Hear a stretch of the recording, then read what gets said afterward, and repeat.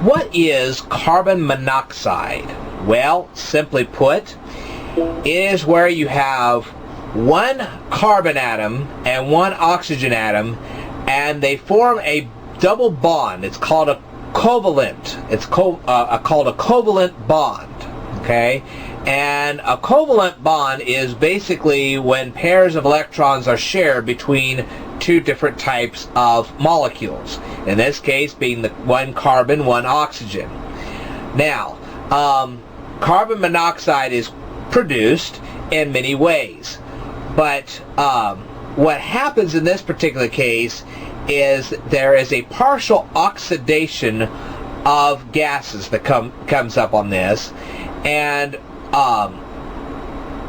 because it's partial oxidation and it's not total oxidation, it doesn't make carbon dioxide like you would do when you exhale, and makes carbon monoxide instead. Well, if this carbon monoxide gets into your bloodstream, it will keep oxygen, vital oxygen, from getting into your cells, and thus it will kill you. So basically, when we're talking about carbon monoxide, you have one carbon atom and one oxygen atom. They come together, forming carbon monoxide, and like I said, if it gets in your bloodstream, it will keep oxygen from getting to your vital parts of your body, thus it will eventually kill you. And I just thought you ought to know this. I will tell you more in a future video, so stay tuned.